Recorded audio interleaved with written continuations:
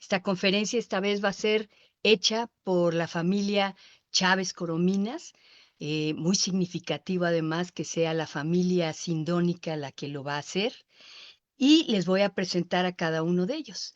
El papá, el ingeniero Rodolfo Chávez, que él es, aquí lo tengo que leer, él es ingeniero mecánico electricista de profesión, es profesor de física y de matemáticas de nivel bachillerato y profesional, y lo ha hecho durante 40 años. Es miembro del Centro Mexicano de Sindonología desde su fundación, o sea que es de los fundadores también. Muy importante que el que va a hablar el día de hoy, el papá, es Rodolfo. Luego, Elsa, la mamá, nuestra querida Elsa, es maestra de inglés.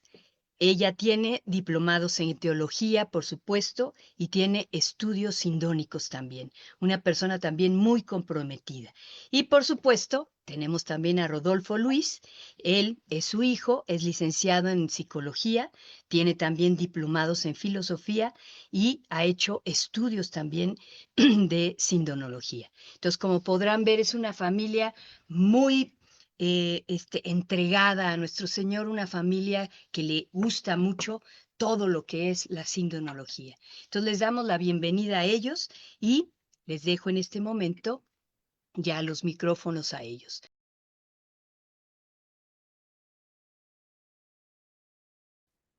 Buenas tardes. Tenemos el gusto de presentar esta conferencia, la cual va a estar dividida en dos partes. La primera parte se va a hablar de los aspectos generales de la Sábana Santa. La segunda parte se va a hablar de la muerte de Jesús. Los invitamos a todos ustedes a comenzar diciendo la oración del sindonólogo, escrita por el doctor Enrique Rivero Borrell. Señor, que quisiste dejarnos el testimonio de tu pasión, muerte y resurrección en la Sábana Santa, concédenos tu luz para conocerte, conocerte para entenderte y entenderte para amarte. Concédenos la gracia y la fortaleza para saber ser testigos tuyos y recibe nuestros actos para que, unidos a tus méritos, podamos después de la muerte contemplar tu rostro real y verdadero y gozar contigo por toda la eternidad. Tú que vives y reinas por los siglos de los siglos. Amén. Bien, ¿qué es la Sábana Santa? Veamos. La sábana santa o la síndone es un lienzo de lino de 4,43 metros de largo por 1,13 de ancho. Tela digna de un sumo sacerdote que se encuentra guardada en la Catedral de San Juan Bautista en Turín, Italia. El lienzo tiene una doble imagen frontal y dorsal con manchas de sangre de un hombre que fue crucificado, clavándosele de las manos y pies después de haber sido coronado de espinas y duramente flagelado. Tiene además una lanzada en el costado. Todas las características de este hombre corresponden a lo que los evangelios nos narran sobre Jesús de Nazaret. Muy bien, aquí vemos una imagen de la Sábana Santa tal como se vería a simple vista, es decir, como ya dijimos, es un lienzo largo, 4,43 metros de largo por 1,13 de ancho. Lo primero que salta a la vista cuando uno la observa por primera vez son esas dos líneas oscuras paralelas que la recorren de lado a lado y una serie de perforaciones triangulares, 16 en total. Ambas cosas fueron producidas durante un incendio en Chamberí en el año 1531. Ahora, lo que más nos interesa a nosotros es la doble imagen que contiene la Sábana Santa, que aquí la vemos. De la mitad hacia la izquierda está la imagen frontal de un hombre y de la mitad hacia la derecha la imagen dorsal. Aquí vemos un poco lo que es el rostro de este hombre. Este es el tórax, los brazos, las piernas. Y en la imagen dorsal, esta es la nuca, la espalda y las piernas. También tiene unas manchas que dejó el agua que se utilizó para apagar el incendio al que nos referíamos. Ahora bien, también la sábana tiene sangre, sangre localizada precisamente en los lugares que corresponden a las heridas, de las cuales vamos a hablar en detalle más adelante. La sábana santa es un lienzo funerario. Nombres que ha recibido la sábana santa: síndone, mandilion, tetraiplón, sacra síndone. Hay que hacer notar que la palabra síndone, que es una de las palabras con las que mejor se le conoce a la sábana santa, es de origen griego. En los tres evangelios sinópticos, así se le menciona con esa palabra, sindón, que quiere decir precisamente sábana o sábana de lino. Hay otro lienzo más pequeño que también se le relaciona con la sábana santa, que es lo que se conoce como el sudario de Oviedo, el cual se encuentra precisamente en la Catedral de Oviedo, en España. Este lienzo también es de lino, tiene manchas de sangre, también ha sido estudiado, aunque no tiene ningún tipo de imagen. El sudario de Oviedo se piensa que pudiera haber estado colocado cubriendo toda la cabeza como se muestra en esta diapositiva, ¿sí? Aunque también podría haber sido el pañuelo que se usó colocado alrededor de la cabeza del hombre de la sábana, con el fin, a manera de mentonera, con el fin de mantener cerrada la quijada. El sepulcro vacío. En la imagen de la izquierda podemos encontrar lo que probablemente pudo haber sido la tumba de Jesús en cuanto a sus características.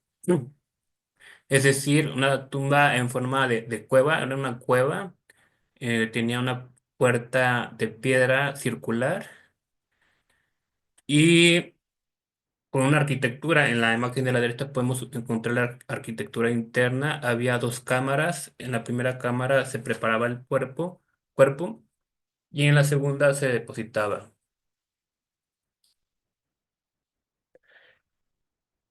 ¿Qué tipo de reliquia es la sábana santa?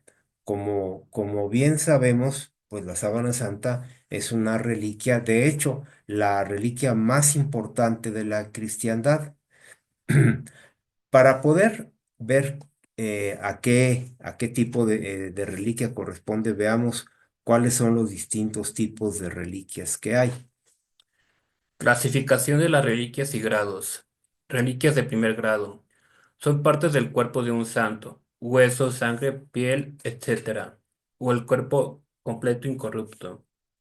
Reliquias de segundo grado: objetos que tocó o eran propiedad del santo: ropa, su rosario, su Biblia personal, etcétera.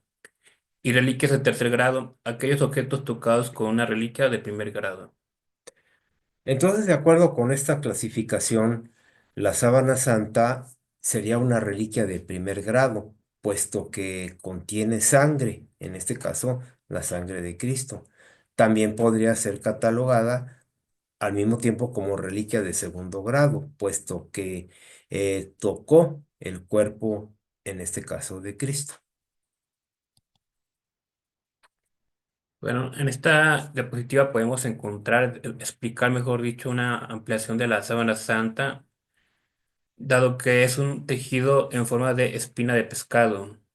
La sábana fue tejida en un telar a pedales, en el cual también se podía tejer algodón, como podemos ver en la siguiente imagen. Rito funerario judío. Esta imagen es de un rito funerario judío contemporáneo. Se asemeja al rito funerario que tuvo Jesús en cuanto a las características de que está envuelto por completo el cuerpo, como también podemos ver en la siguiente imagen. Estas son imágenes modernas, pero ilustran muy bien que no es necesario apretar la sábana con más vendas que la tela misma. Y este proceso se hace con toda calma y sin estar manchando de sangre por todas partes. Imaginemos la prisa con la que tuvieron que envolver el cuerpo de Jesús con el lienzo. Sin embargo, la sábana santa sabemos que se usó para envolver el cuerpo de Cristo, no precisamente enrollando todo el cuerpo, sino más bien de la manera que se muestra en esta pintura. Es decir, la sábana debió haberse extendido primero en el suelo, se colocó el cuerpo, digamos, los pies en uno de los extremos. La tela pasó por todo el dorso del cuerpo, dando la vuelta por la cabeza y luego regresando nuevamente a los pies. Eso explicaría la doble imagen que vemos en la sábana santa. Itinerario de la Sábana Santa, ruta histórica. Partimos de Jerusalén a Edesa, de Edesa a Constantinopla, de Constantinopla a Lirey, de Lirey a Chamberí y de Chamberí a Turín. Jerusalén, Edesa, Constantinopla, Atenas, Lirey, Chamberí, Turín. En 1983, el ex-rey Humberto II, duque de Saboya, donó a San Juan Pablo II la sábana santa, con la petición de que no la sacaran de Turín. Actualmente se conserva allí en forma horizontal.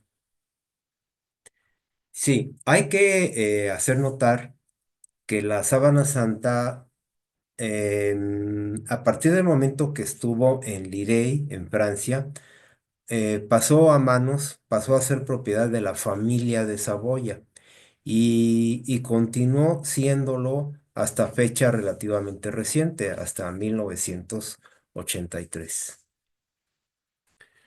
Recorrido histórico geográfico de la sábana santa. Jerusalén, año 30. Edesa, año 100 aproximado hasta el 944. Constantinopla, 944 al 1204. Nirey, 1357 al 1450. Chamerí, 1450 al 1578, donde sufrió un incendio en 1532. Turín, 1578 hasta la actualidad.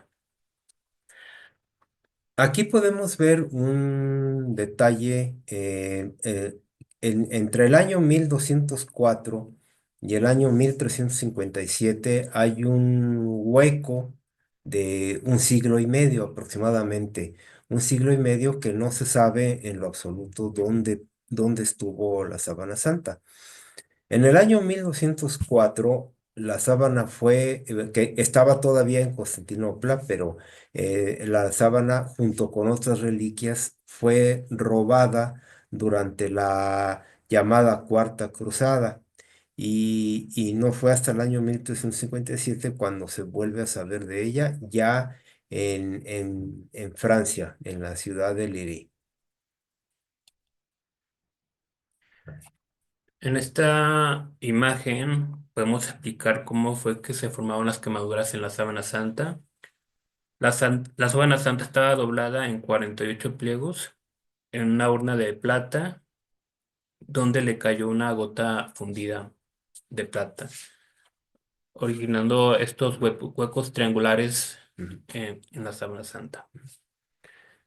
Es decir, la gota de plata fundida perforó la sábana cuando estaba doblada y luego cuando se extendió, pues esa perforación se tradujo en esa serie de agujeros triangulares. Bueno, ahora vamos a hablar de las características de la imagen propiamente dicha de la sábana santa, que es ahora sí que lo que más nos interesa. En la imagen de la izquierda encontramos a Secondo Pía, quien fue quien tomó la fotografía de la sábana santa en el año de 1898, donde encontró que el negativo fotográfico se encontraba el positivo de la imagen de la sábana santa. Es decir, se entiende mejor la imagen en el negativo fotográfico, como podemos ver en la imagen de la derecha. El descubrimiento que hizo Secondo Pía de que la imagen de la sábana es un negativo, que en el negativo fotográfico aparece como un positivo, fue lo que desencadenó el interés científico, fue el momento en el cual el mundo científico se interesó en estudiar la sábana santa. Confirmamos, la imagen se comporta como un negativo fotográfico, los tonos claros aparecen oscuros y los tonos oscuros aparecen claros. Se invierte la izquierda con la derecha, como podemos ver en el ejemplo de la imagen de la derecha. Vamos ahora a hablar de las características generales de la imagen, porque no nada más es una imagen en negativo, sino tiene otras muchas características. No está formada por ningún tipo de pigmento o tinte. Es un negativo natural, están invertidos los tonos claros y oscuros. Es sumamente superficial y no tiene límites definidos. No tiene direccionalidad alguna. Contiene codificada información tridimensional. Hay una relación matemática entre la distancia cuerpo-lienzo y el grado de opacidad de cada punto de la imagen. Está formada por medio de una deshidratación de las fibras más superficiales de los hilos de lino. Es resistente al agua y es químicamente estable. Todas estas características hacen de la imagen de la sábana santa una imagen única. No hay ningún otro tipo de imagen, ni natural ni artificial, que contenga estas características que en realidad son excepcionales. El hecho de que no contenga ningún tipo de pigmento o tinte, o sea, no hay nada agregado a la tela. La imagen es sumamente superficial, no pasa al otro lado de la tela y no tiene límites definidos. Se va, digamos, diluyendo hacia la zona donde no hay imagen. No tiene direccionalidad alguna, es decir, como ocurriría con cualquier obra hecha por un artista, que sería de esperarse que se observaran los trazos hechos por el artista, no los tiene. Una de sus características más sorprendentes de la imagen es el hecho de que tiene codificada información tridimensional.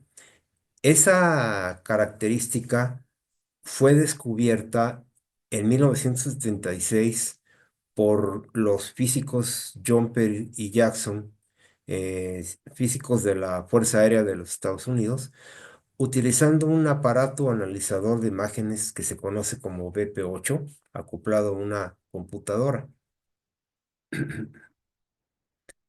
Bueno, esta imagen es simplemente la capilla de la Academia de Cadetes de la Fuerza Aérea Norteamericana, pero bueno, hablando de la tridimensionalidad, aquí vemos una explicación sencilla en qué consiste, es decir, en la imagen que vemos arriba a la derecha, es una gráfica en la que el grado de opacidad relativa de cada punto de la imagen se relaciona, es proporcional a la separación que existía entre la tela y el lienzo. A raíz de que se descubrió la tridimensionalidad en 1976, 2 años después se formó un grupo de 44 científicos, se reunieron y pidieron permiso para ir a estudiar directamente la sábana santa en Turín. Aquí vemos algunas escenas precisamente de la llegada del equipo, y otras fotografías en los momentos en que está siendo analizada la tela. El principal objetivo que tenían los científicos del STURP era responder a la pregunta de qué fue lo que formó la imagen, dar una explicación científica de qué fue lo que la formó. Aquí vemos algunas imágenes hechas en computadora, aprovechando precisamente la propiedad de la tridimensionalidad de la imagen. Aquí también. Esta es una escultura de Miñarro que es inspirada en la tridimensionalidad que se pudo obtener de la fotografía de la Sábana Santa. Vamos ahora a hablar de las características de las heridas y de la sangre. La sangre se ha podido comprobar que es sangre humana del tipo AB. Las heridas de las manos causadas por los clavos no están en las palmas, sino en las muñecas. El cuerpo contiene una gran cantidad de heridas causadas por la flagelación. Se encuentran al menos 120 latigazos distribuidos sobre todo en la imagen dorsal.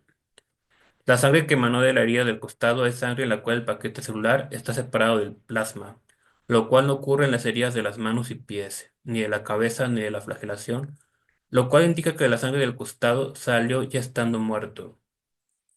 Las heridas en la cabeza causadas por la corona de espinas están presentes tanto en la frente como en la nuca, indicando que fue en realidad un casquete de espinas.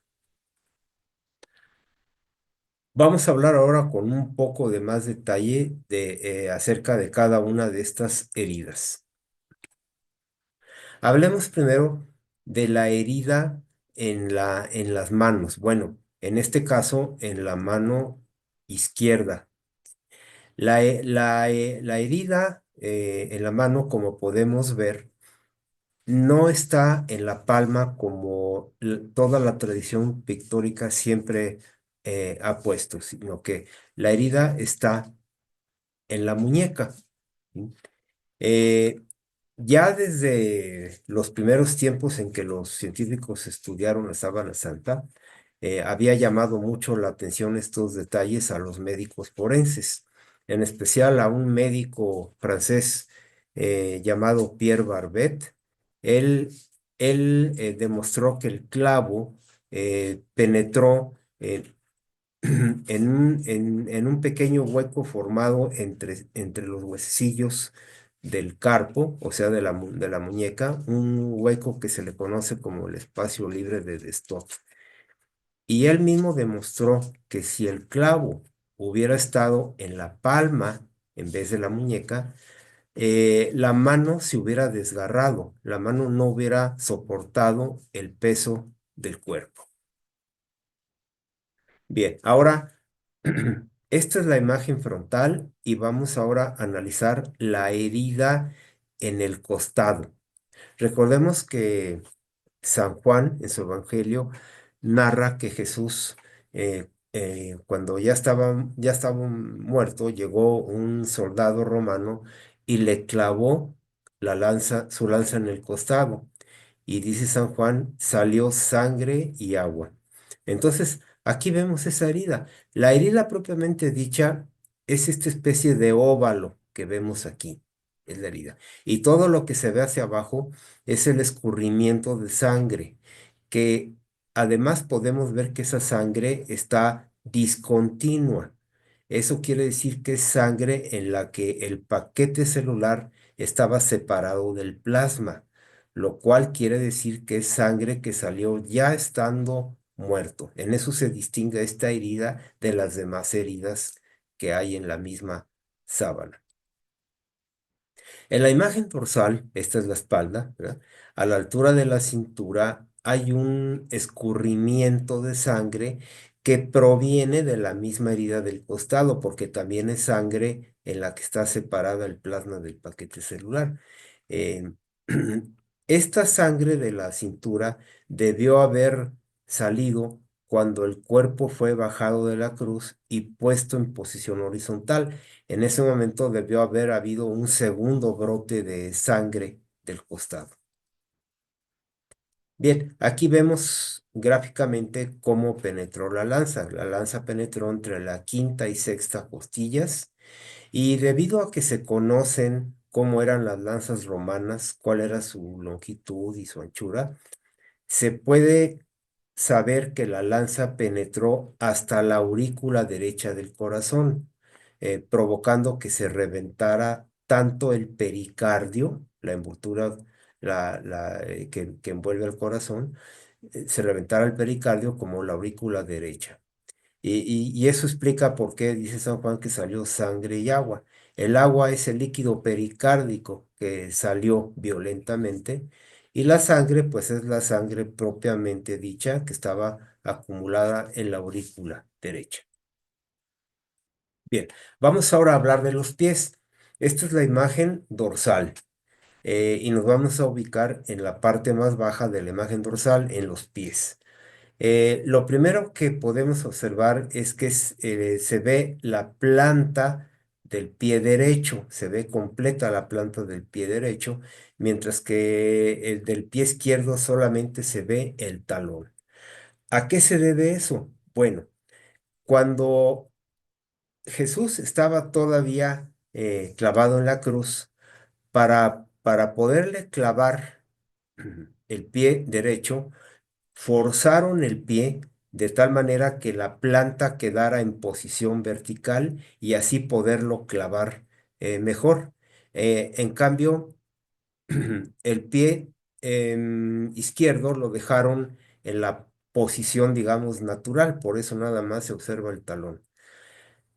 El clavo penetró en el pie derecho, aquí donde señala la flecha, ¿verdad? Aquí en esta perforación. Es decir, el clavo penetró entre el segundo y tercero huesos metatarsianos.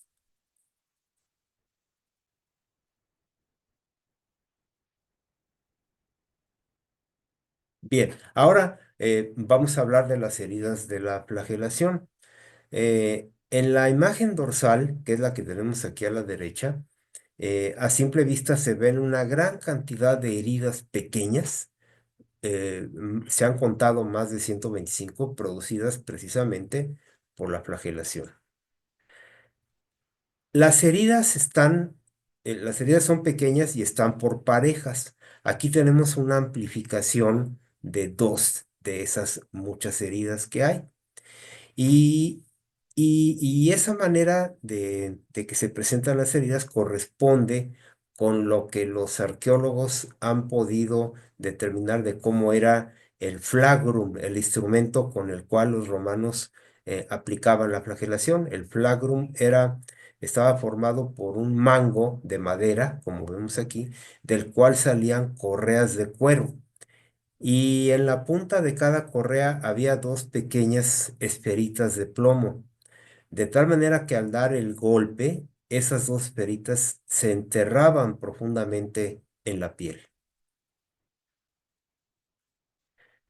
Bueno, ahora bien, no se sabe exactamente si Jesús fue colocado en una columna baja, como se muestra en esta pintura, ¿sí? A la hora de la flagelación, eh, o si se colocó en una columna alta, como vemos aquí, ¿sí? Mm, es más probable que haya sido colocado como se muestra aquí en esta última pintura. Como normalmente era un solo castigo, no hay razón para que se midieran en violencia y sadismo con los condenados. En este caso, Pilato quería que, una vez aplicada la flagelación, pudiese ser soltado, es decir, no usar un látigo con puntas de hierro, el escorpión, porque se trataba solo de lastimarlo lo suficiente y por ello no hay golpes en la zona del corazón que podría haberle causado un paro cardíaco. Por lo tanto, es probable que hubiera estado colgado de las manos a una argolla o trave alta para que no se cayera en caso de desmayarse por los golpes.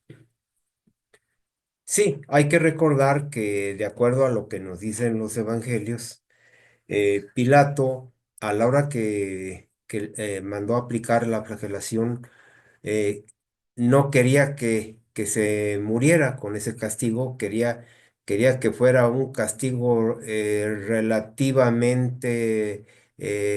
blando, entre comillas, ¿sí? Porque lo que él buscaba es que a ver si con eso ya se calmaban los ánimos y podía. Esto sería una imagen de devoción al Señor de la Columna en Málaga, España. Bueno, en cuanto a la corona de espinas, de acuerdo con la información que nos proporciona la sábana, tanto en la imagen frontal como la imagen dorsal, la corona más bien fue un casquete, no un aro circular. La corona cubrió toda la cabeza. Por lo tanto, esta imagen anterior está pegada a lo que se sabe por la sábana santa. Otros estudios hechos a la síndone. La tela contiene polen alrededor de 49 especies, el cual corresponde a especies de plantas que crecen en Palestina, Asia Menor, la actual Turquía, Francia e Italia, confirmando el itinerario de los lugares en donde se sabe que ha estado la sábana santa. Aquí vemos precisamente a Max Fry, que quien era un criminólogo experto en palinología, es decir, en el estudio del polen, quien en 1973 tomó muestras de polen de varios lugares de la Sábana Santa, y llegó a la conclusión de que precisamente la Sábana Santa había estado en los lugares que históricamente se sabía que había estado presente. En el rostro se han podido identificar dos pequeñas monedas que le fueron colocadas en los párpados, con el propósito de mantener cerrados los ojos. Se ha podido leer la inscripción de una de las monedas, pudiéndose identificar como un leptón romano, lo cual era una moneda de muy poco valor que circuló en Palestina durante el gobierno de Pilato. Sí, a simple vista, en esta imagen del rostro, se pueden ver dos pequeños objetos circulares en los ojos. Parecería como si fuera el iris y que están abiertos los ojos, pero no, no es así. Son objetos que le pusieron sobre los párpados. Y fue un sacerdote norteamericano, el padre Francis Failas, quien demostró a base de amplificaciones sucesivas basadas en la tridimensionalidad de la imagen, que en uno de los ojos había esta moneda. Los numismáticos lograron identificarla, una moneda que se conoce como un leptón. Mm, en la imagen de la izquierda es la imagen propiamente de la sábana. Vemos las iniciales UCAI, o sea, UCAI, que corresponde al final de la palabra Tiberio, y luego Cáisaros, o sea, Tiberio César. También se ve ligeramente esa especie de caracol que vemos aquí en la moneda, que es se le conoce como el báculo del adivino. También está presente en la imagen de la amplificación de la sábana. La muerte de Cristo, un crimen cometido hace 2000 años. Recorrido de Jesús desde el huerto de Getsemaní hasta el Gólgota. El huerto de Getsemaní, casa de Anás, suegro de Caifás, sumo sacerdote, palacio de Caifás, pretorio, donde se encontraba Pilato, procurador romano. Vamos a ver el Evangelio de San Juan y vamos a observar la pasión, la muerte y al final un poco de la resurrección. La pasión, según San Juan, capítulo 18.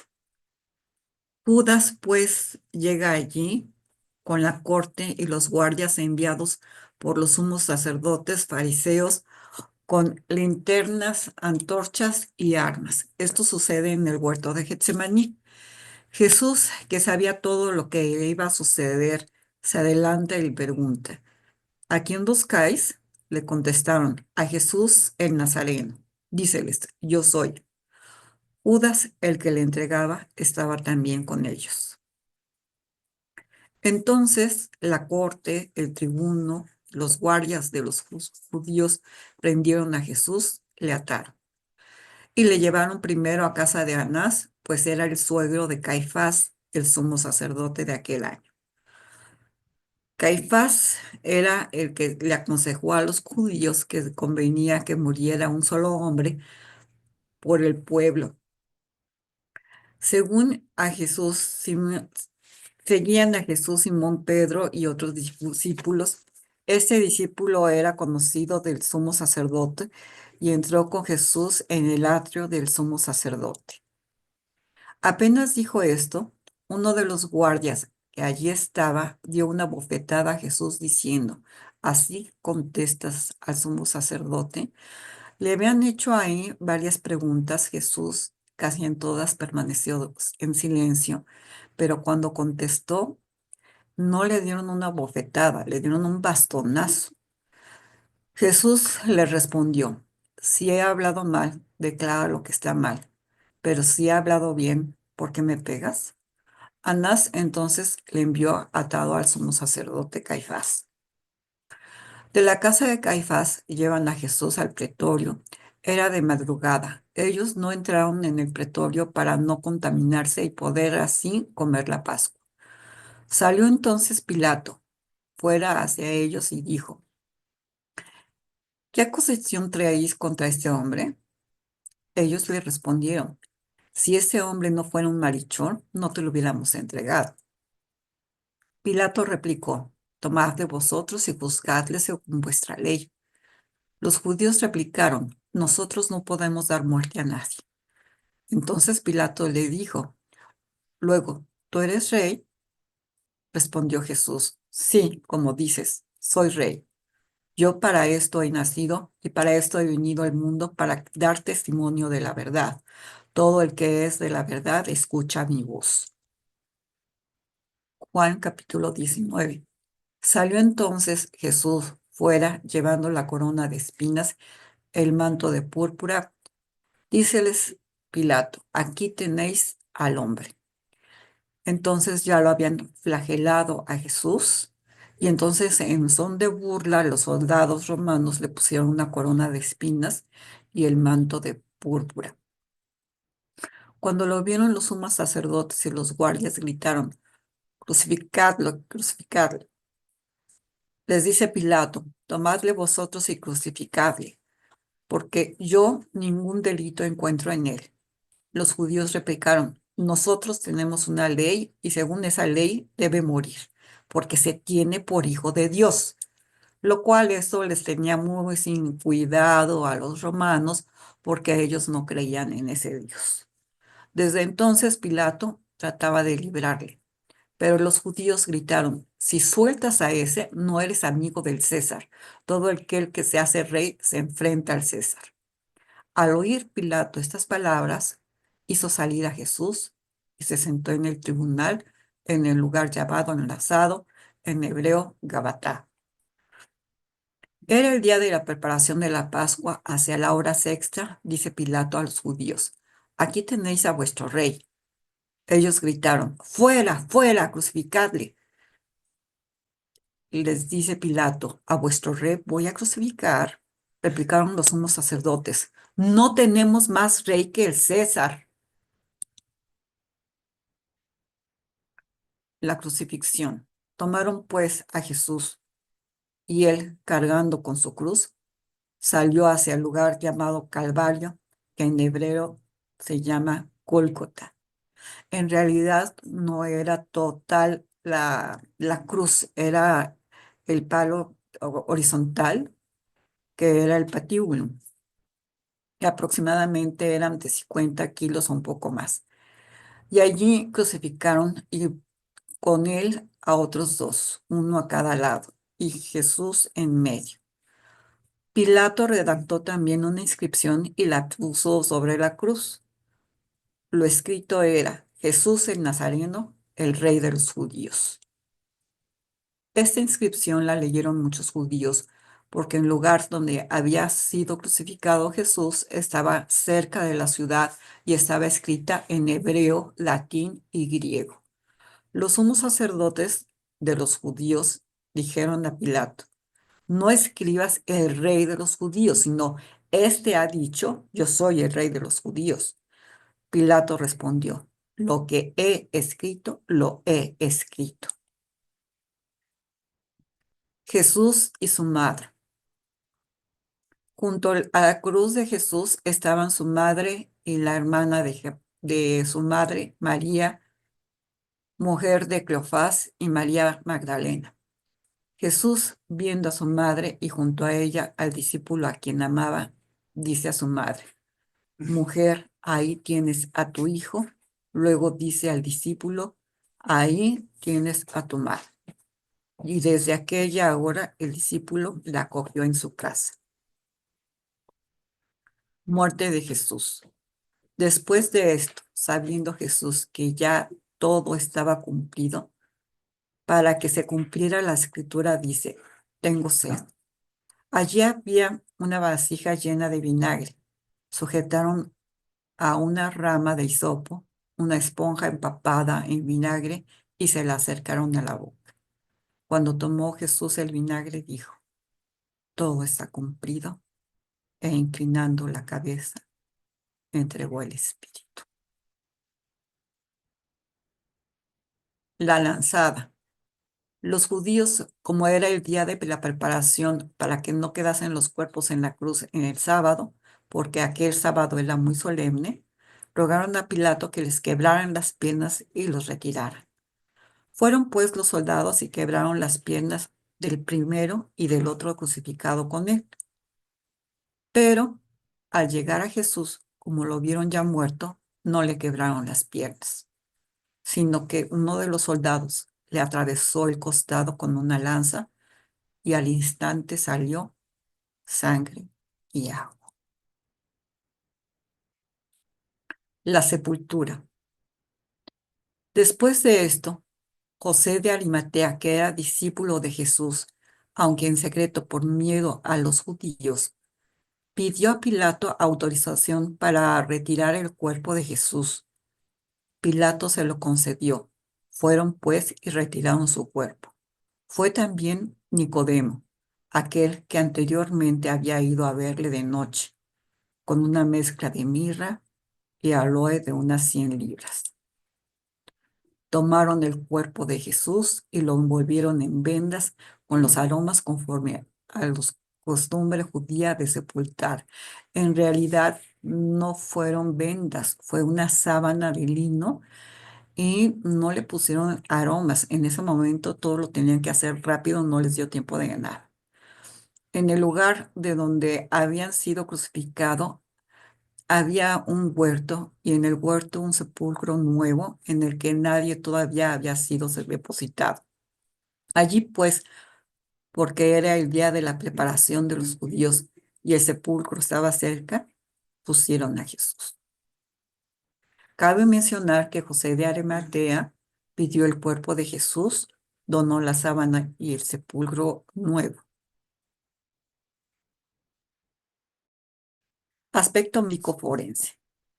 En cualquiera de los 4 evangelios que vemos en la Biblia, San Mateo, San Marcos, San Lucas y San Juan, podemos encontrar la pasión, la muerte, la crucifixión y la resurrección de nuestro Señor Jesucristo.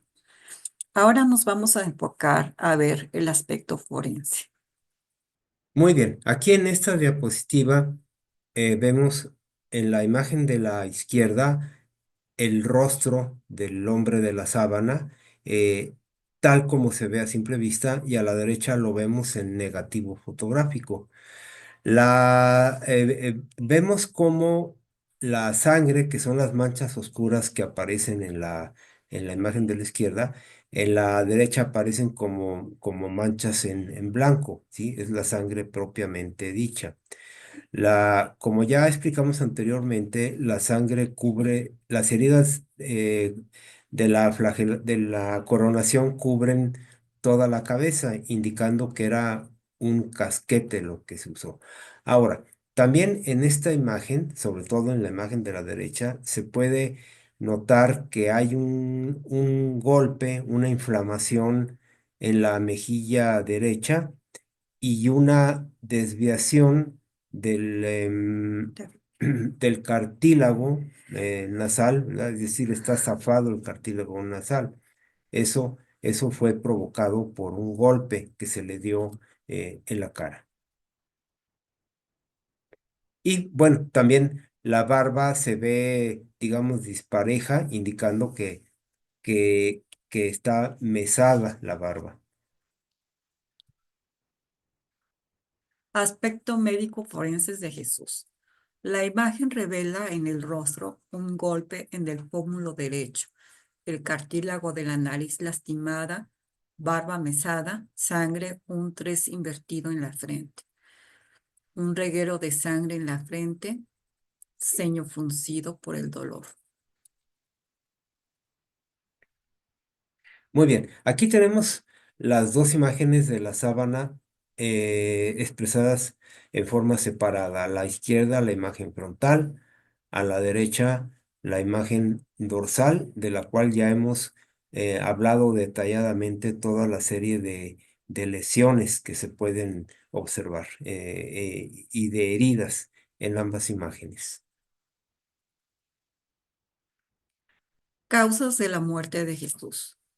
Con los datos anteriores se sabe que para establecer un diagnóstico preciso de las causas de la muerte de Jesús, cotejando estos signos con expedientes de enfermos que presentaron las mismas manifestaciones en nuestra unidad de cuidados intensivos.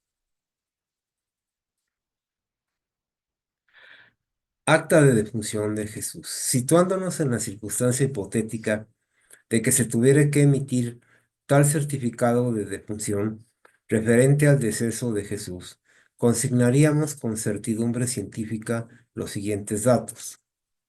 Jesús de Nazaret, masculino, 33 años, fallecido tras ser ejecutado por crucifixión, presentando las siguientes alteraciones orgánicas inductoras a su muerte, con consecuencia en aparición clínica, fecha y hora. Nota: el asterisco significa hora aproximada. Causas correspondientes. Número 1. Síndrome de estrés agudo con repercusión cardiovascular. Última cena. Jueves 13 de Nisan, 19 horas. El estrés pudo ser psicológico intenso, por eso sudó sangre. Número 2. Hipertensión arterial de origen psicosomático. Getsemaní. Jueves 13 de Nisan, 21-23 horas. Aumenta la presión arterial, origen psicológico. 3. Deshidratación de extrema por fiebre. 39 grados centígrados, no había ingerido agua. Flagelación, coronación de espinas y traumatismo. Viernes 14 de Nisan a las 9 horas. La hemoglobina es que transporta el oxígeno. Cuando hay hemoglobina baja, se dice que hay anemia. Número 4. Insuficiencia cardíaca congestiva en el Vía Crucis. Viernes 14 de Nisan, 11 horas. Cuando el trabajo del corazón ya no es suficiente para enviar sangre y por lo tanto oxígeno a los tejidos. El corazón late muy rápido, pero su latido ya no es suficiente. Como es congestiva, significa que es de izquierda a derecha. Por lo tanto, además de disminuir la entrega de sangre a los tejidos, también hay edema en el hígado y el pulmón. Llega un momento en que el corazón se cansa y deja de latir. Insuficiencia respiratoria aguda, crucifixión. Viernes 14 de Nisan a las 12 horas. Al haber tanta disminución de oxígeno con los tejidos y edema pulmonar, se empiezan a liberar proteínas proinflamatorias y radicales libres que aumentan más el daño de los tejidos, de entre ellos el pulmón. Que la insuficiencia respiratoria significa que no hay un adecuado intercambio de oxígeno en los alvéolos, por lo tanto disminuye más la oxigenación. Número 6. Síndrome pleural con derrame líquido. Efusión pleural. Crucifixión. Viernes 14 de Nisan, 13 horas. Hay líquido de edema en los pulmones, lo que disminuye el intercambio gaseoso de oxígeno y dióxido de carbono. 7. Choque hidropericardio. Efusión pericárdica. Crucifixión. Viernes 14 de Nisan a las 14 horas. Hay una bolsa muy delgada que rodea el corazón que se llama pericardio. Hidropericardio es cuando la bolsa se llena de líquido y esto se incrementa la insuficiencia cardíaca por el líquido, disminuye la contractibilidad del corazón. Número 8. Choque hipovolémico con hipotensión. Crucifixión. Viernes 14 de Nisan, 14 horas. El corazón necesita una adecuada precarga, es decir, un adecuado volumen de líquido para latir bien. 9. Infarto agudo al miocardio. Sucedió en la crucifixión, viernes 14 de Nisan, a las 14:45 horas, después de la insuficiencia cardíaca y el gran daño al corazón. Este se cansa y una vez todo ya no envía sangre ni oxígeno, por lo cual se infarta, es decir, se muere porque todo su músculo cardíaco se muere y por lo tanto en pocos segundos también. Número 10. Ruptura del ventrículo izquierdo. Crucifixión. Viernes 14 de Nisan, 15 horas. El ventrículo izquierdo es el encargado de enviar la sangre a todo el cuerpo. Si se rompe, ya no hay entrega de sangre. Por lo tanto, hay falla renal, intestinal, hepática, todos los órganos y finalmente el cerebro. 11. Muerte súbita. Viernes 14 de Nisan a las 15 horas. La muerte es súbita porque fue una muerte lenta y muy dolorosa. La pérdida de sangre y la asfixia disminuyeron la entrega del oxígeno y provocaron liberación de radicales libres con daño a varios órganos y provocaron falla orgánica múltiple. Muy bien. Ahora hablemos de la resurrección de Jesús. Ya hemos visto que la sábana santa aporta una gran cantidad de datos y de pruebas relacionados con la pasión y con la muerte de Cristo. Pero ahora se hace uno la pregunta, ¿la sábana santa aporta pruebas de la resurrección de Jesús? La respuesta es sí, por las siguientes razones. Número 1. No hay manera de explicar cómo una radiación térmica fue capaz de deshidratar solo las fibrillas más superficiales del lienzo. No hay manera de explicar cómo esta radiación se dirigió a la tela perpendicularmente a esta, es decir, en forma ortogonal, en ángulo recto hacia la tela, formando una imagen nítida. No hay manera de explicar cómo una radiación provocó que la tuviera codificada información tridimensional y bueno, con todas las características que hemos visto. Es más, no hay manera de explicar cómo surgió, cómo nació, cómo apareció esa radiación térmica que, que grabó esa imagen. Número 2. No hay señales de que la sábana haya sido arrancada al cuerpo. Los coágulos de sangre están intactos.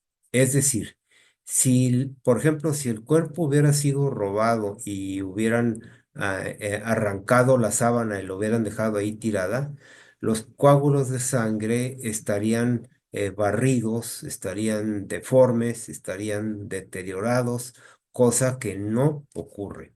Esto solo se explica si el cuerpo se desvaneció en el interior de la tela, de la sábana. Número 3. El cuerpo no muestra señales de descomposición, por lo que la separación entre este y el lienzo ocurrir, tuvo que haber ocurrido dentro de las primeras 36 horas. Todo esto solo se puede explicar si algún hecho extraordinario, digamos sobrenatural, ocurrió dentro del sepulcro. San Pablo en Primera de Corintios 15 nos dice, si Cristo no hubiera resucitado, vana sería nuestra fe. Tenemos a la derecha una imagen de nuestro divino Maestro Jesús, quien resucitó de entre los muertos y por lo cual sabemos que Él es nuestro Dios, nuestro Rey, nuestro Señor.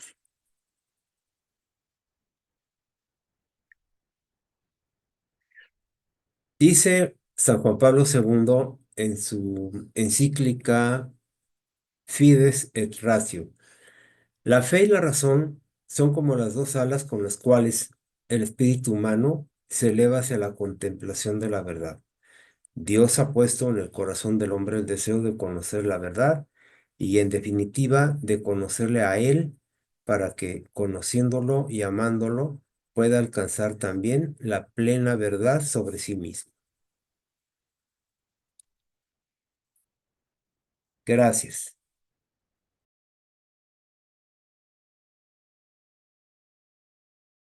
Ok, adelante, Mónica, ¿tienes ya alguna pregunta?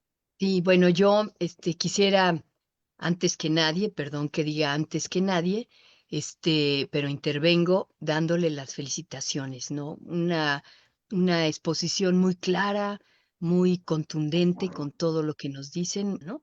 Entonces, muchas felicidades y además estoy viendo muchas felicitaciones también aquí en la que dice que es una magistral y clara exposición de parte de Gildardo Pérez.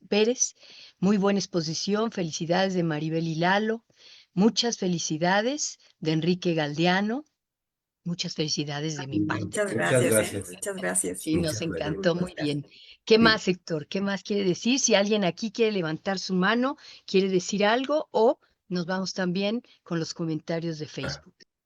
Aquí Héctor, en ¿qué el, más? ajá, aquí en el chat del Zoom les recordamos a las personas que nos están viendo por Face que los que quieran participar así más activamente con los expositores y con miembros del Centro de Sindonología pueden mandarnos el mensaje a sindone.mx@gmail.com y les hacemos llegar el link de la sesión de Zoom. Es para tener un poquito más de identificación de quienes estamos entrando, ¿verdad? Ahora sí, Eduardo Durán nos dice, hay una oración que hace referencia a que en efecto Jesús fue envuelto como se mostró en las imágenes y que el manto púrpura era para demostrar que para ellos era rey, el color de los reyes era predominantemente, perdón, para que ellos no era el rey porque el color predominante para los reyes era el rojo. Entonces, no sé si nos quieres compartir algo, Rodolfo, de ese aspecto. Bueno, hasta donde yo tengo entendido, a lo mejor no, estoy mal, ¿verdad? Pero hasta donde yo tengo entendido, efectivamente, las telas color púrpura en ese entonces eran usadas por las personas, pues, muy ricas, ¿sí? Precisamente porque el color púrpura se obtenía a partir de un molusco y ese molusco había que conseguir miles de esos moluscos para poder teñir la tela, ¿verdad? Y por eso era el símbolo pues, del poder, ¿verdad? De los reyes, todo eso. Las demás telas no tenían color, no se había inventado todavía técnicas para teñirlas, ¿verdad? Con otros colores. Eh, eh, Prácticamente todas las demás telas eran monótonas, ¿verdad? Bueno, ese sería mi comentario.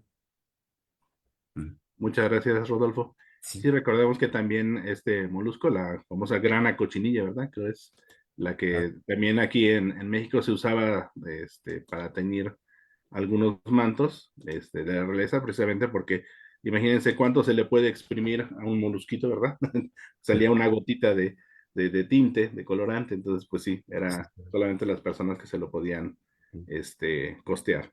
Gildardo Pérez Castro nos dice, muchas gracias, qué magistral exposición, muy clara. Quisiera hacer una fe de ratas. Ujú. Me di cuenta que en la parte que expliqué lo que es la tridimensionalidad de la imagen de la sábana, Ajá. cometí un error y dije que el grado de opacidad de cada punto de la imagen es proporcional a la distancia entre la tela y el lienzo. O Ujú. sea, no, la tela y el lienzo, pues es lo mismo, ¿verdad? Ahí me equivoqué. Lo correcto es la distancia entre la tela y la superficie del cuerpo, ¿sí? Ok. Entonces, Muchas ¿sí? gracias. Gracias, Fe de Raúl. ratas. También agradezco a Francisco Melo, que también nos sigue mucho en el centro, que nos hizo la aclaración, sí, de la grana cochinilla es un molusco terrestre y de la que estábamos hablando son moluscos marinos, los que principalmente en la zona del Mediterráneo se usaban para estos colorantes en aquel lugar, ¿verdad? Bueno, qué bueno que lo mencionan. Gildardo otra vez nos dice, con la exposición y explicación que han dado, me han hecho amar, admirar y agradecer más a nuestro hermano y Dios, Jesús, por su pasión, muerte y resurrección, que nos gana el perdón y la vida eterna. Gracias por sus comentarios. Bueno, pues agradecemos a la familia Chávez Corominas, Rodolfo Padre, Rodolfo Hijo, el CITAM. Gracias por darnos esta conferencia. Gracias, Mónica, por estar con nosotros y ayudarnos en la conducción. Gracias a Felipe Latapí Clausel, el presidente del centro, que hoy no pudo estar presente hoy, pero que está con nosotros también a través de del esfuerzo y de la plataforma que se hace para poder llevarlos a todos ustedes.